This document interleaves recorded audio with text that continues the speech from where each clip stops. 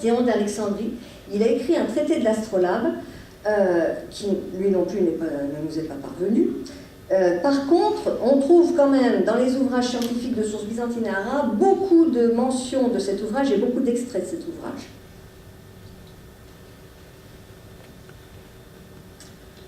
Alors là, par contre, l'ouvrage le plus complet et le plus ancien qu'on ait conservé, c'est le traité de l'astrolabe de Jean Philopon. Fin 5e, il a vécu fin 5e, 6e siècle. Donc, Jean Philopon, appelé Jean le Grammairien, Jean l'Alexandrin, etc., il a vécu à Alexandrie. Et il est vraisemblable qu'il a écrit son ouvrage à partir de l'ouvrage de Théon d'Alexandrie. Il mentionne dans son ouvrage Théon d'Alexandrie, ainsi qu'Ammonios, un de ses maîtres en philosophie, mais bon, il est vraisemblable, quand on lit les analyses de ce traité faites par Emmanuel Poul ou des gens comme Alain-Philippe II, etc., effectivement, il mentionne que Jean Philopon s'est inspiré de l'ouvrage de Théon d'Alexandrie. Alors, bon, là, je vous ai mis une liste de petites choses d'ailleurs, c'est dans la table des matières de l'ouvrage, hein, où on a une partie des... Je vous ai mis là une partie des applications qui figurent dans le traité de Jean Philopon. Alors, voilà le fameux traité. Alors ça, c'est pas l'original évidemment, hein, c'est une traduction. C'est un ouvrage en fait qui a été réalisé par les éditions Astrolabica. Jusque dans le début des années 80, il y avait une société internationale de l'astrolabe qui était présidée par Alain Brieux, qui réunissait beaucoup d'historiens des sciences. Ils ont cette association, cette société de l'astrolabe a beaucoup travaillé sur les instruments anciens. Et donc Alain-Philippe II, avec un collectif, a travaillé sur la traduction de l'ouvrage de Jean Philopon. Et ils ont édité en 81 cet ouvrage, donc, que je vous présente là. Je ne vous donne pas plus de références parce que de toute façon on ne le trouve plus, à moins de le trouver par exception sur certains sites à des prix qui défient toute concurrence. En ce qui concerne la somme astronomique à débourser pour l'avoir, on ne trouve plus cet ouvrage. Et c'est bien dommage parce que il est vraiment très très intéressant à lire. Alors ensuite, on arrive au 7e siècle, on a un traité plus complet. Alors là par contre, moi j'ai une interrogation, si quelqu'un dans la salle connaît la réponse, je suis prête à l'entendre. En fait, moi, il m'a semblé que cet ouvrage-là de l'évêque syriaque Sévère Sabopt, on n'a pas l'original, si j'ai bien compris, on n'a pas l'original, on a une copie manuscrite du traité, copie réalisée quelques siècles plus tard, hein, au milieu du Xe siècle. Alors, l'original de cette copie manuscrite est dans une bibliothèque à Berlin. D'accord. Mais l'original lui-même, moi j'ai pas trouvé de trace comme quoi on en avait conservé un exemplaire quelque part. D'accord. Donc en fait, alors ça, bon, je vous mets ça là tout simplement parce que c'est dans cet ouvrage-là qui est paru pour la première fois la traduction faite par François Naud, fin du 19e, d'accord. Et quand on lit l'ouvrage de Sévère Sabopt, on comprend qu'effectivement, et c'est d'où mon interrogation par rapport à l'original, on comprend qu'entre cette date-là et cette date-là, l'auteur celui qui a écrit, qui a fait une copie, ou celui qui a traduit cette copie, a pris pas mal de libéralité quant à la précision des tracés de l'instrument. On trouve, alors là, je vous ai mis une adresse, on peut le télécharger, pour ceux que ça intéresse. On trouve une description, donc Sévère Sabopt, hein, c'est 7e milieu, enfin cet ouvrage c'est milieu du 7e siècle. Dans le traité traduit par M. Naud, on trouve des planches de représentation de tracés d'astrolabe avec des tracés qui ne pouvaient pas exister à l'époque. Je vous expliquerai tout à l'heure.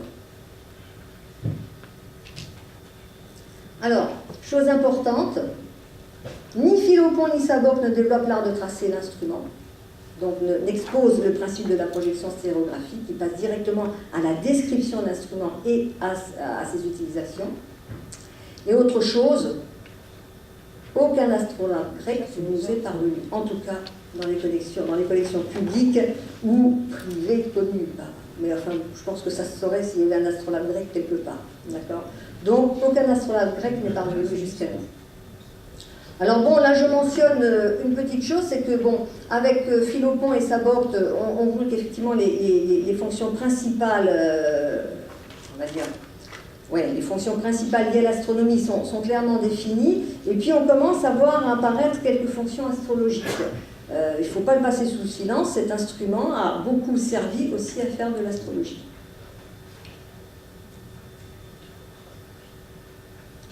Alors, ce que je me suis amusée à faire, c'était de reconstituer les tracés de l'astrolabe initial d'après le traité de Jean Philopon. J'ai la chance d'avoir une copie, enfin un exemplaire de l'édition 1981. Et donc, comme je vous ai dit, Philopon ne décrit pas l'art de tracer l'objet, mais par contre, il décrit l'objet. Et donc, il commence ainsi, effectivement, il traduit le dos de l'instrument. Alors, si on veut faire une petite analogie,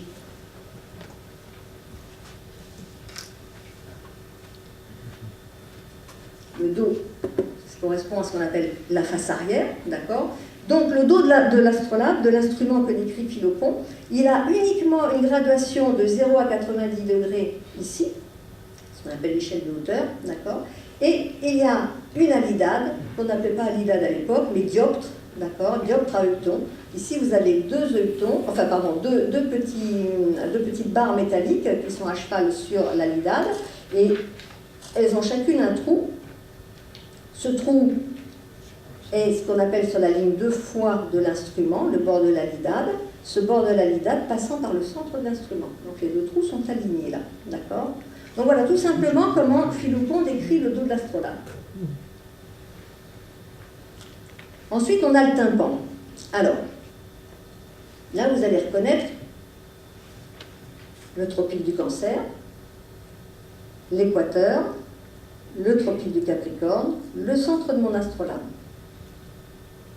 Alors, qui plus est, moi je vous ai fait un tracé qui correspond à la latitude d'Alexandrie. Sur les instruments, sur les tympans, déjà à cette époque-là, Philopon mentionne bien que sur les tympans, le tympan étant une partie de l'instrument, étant une partie qui vient s'insérer dans la face avant de l'instrument, d'accord ? Donc sur les tympans figurait systématiquement le nom et la latitude en général du lieu pour lequel le tympan a été tracé.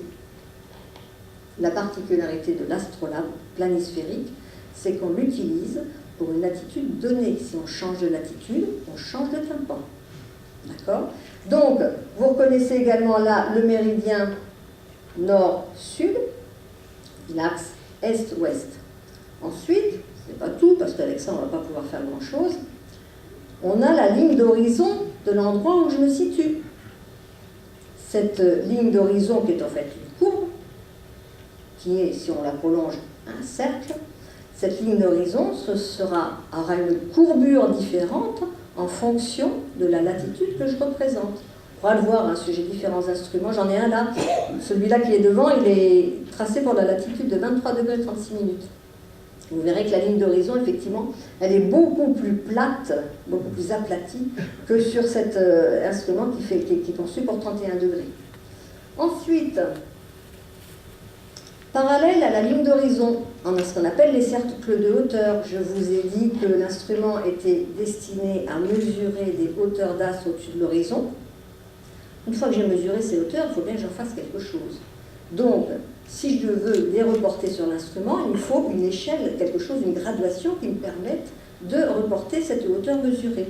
Donc, les cercles de hauteur, qui sont en fait des cercles imaginaires parallèles à la ligne d'horizon, de la ligne d'horizon jusqu'au zénith, ça va, sont ces fameux cercles qui vont me permettre de reporter les hauteurs mesurées. Donc, là, c'est gradué tous les 5 degrés, d'accord ? Et alors, petite chose intéressante, bon, ici, on a le zénith de l'endroit où je me situe. Alors, je vous ai dit que ces cercles étaient parallèles à la ligne d'horizon. Ça ne paraît pas à l'œil nu être des cercles parallèles, c'est simplement une déformation due à la projection. La projection concerne les angles, c'est tout. Donc, ici, petite chose intéressante, si là c'est le centre de mon astrolabe, si là c'est la direction du nord, et que là c'est la ligne d'horizon, si je compte 5, 10, c'est gradué tous les 5 degrés sur celui-ci, hein, 5, 10, 15, 20, 25, 30, un tout petit peu au-dessus de 30, le nombre de graduations entre le pôle céleste et la ligne d'horizon. Si je n'avais pas la latitude inscrite sur mon tympan, je peux la lire. D'accord? Ensuite, bon, effectivement, là, on a pratiquement l'essentiel du tympan pour l'époque de Jean Philopon. Ici, je vous ai rajouté ces tracés-là. Ce sont les heures inégales. Alors, à l'époque, depuis les Babyloniens même, on savait ce qu'étaient des heures équinoxiales, mais on utilisait des heures inégales. Alors, l'heure inégale, c'est un truc qui peut paraître barbare comme ça, mais finalement, on s'y fait vite quand on pratique un petit peu. Imaginez qu'on ait systématiquement, toute l'année, 12 heures de jour, 12 heures de nuit. Vous me dites, ouais, d'accord, mais à l'équateur. Moi, j'ai dit non, n'importe où. Simplement,